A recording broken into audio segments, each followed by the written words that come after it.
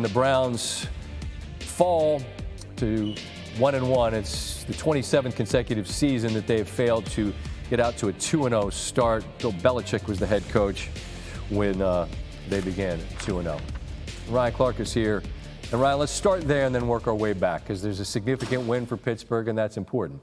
But the loss of Chubb and the comeback that he endured. I know you spoke to him on your podcast, and how did he describe that injury then back in school? He said in 2015 against the University of Tennessee in his sophomore year, he felt like everything that he'd ever worked for was gone.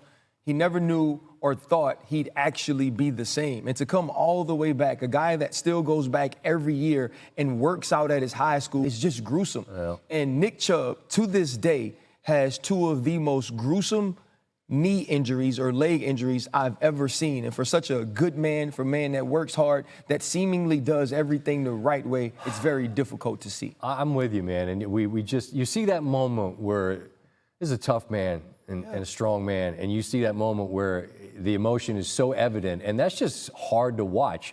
And unfortunately, man, you and I have been doing this together for a number of years, and I mean, look, this is the part of it that is part of it, and when you face it, you have to deal with it, and now Cleveland has to digest it somehow. Yeah, and it's not just like the loss of the game wasn't the biggest loss for this team. Right. You lose a leader in your locker room, but you truly lose what drives the bus of your entire offense. Mm-hmm. Nick Chubb is one of the best running backs in the league. He's one of the best offensive players, and everything that Kevin Stefanski does in this offense centers around him. Now you move to forward. Now you see if you can hit the market and find another back to put some depth in that room. But none of those people equal who Nick Chubb is as a man or what he's been as a player for the Cleveland Browns organization. Yeah, next man up, such a cliche, and it's the reality, and Ford showed it to the very best of his ability. He went for over 100, did score a touchdown, but the next man's not Nick Chubb. If he was, he'd be on the field, because that's who Nick Chubb is. Absolutely. As for the game itself,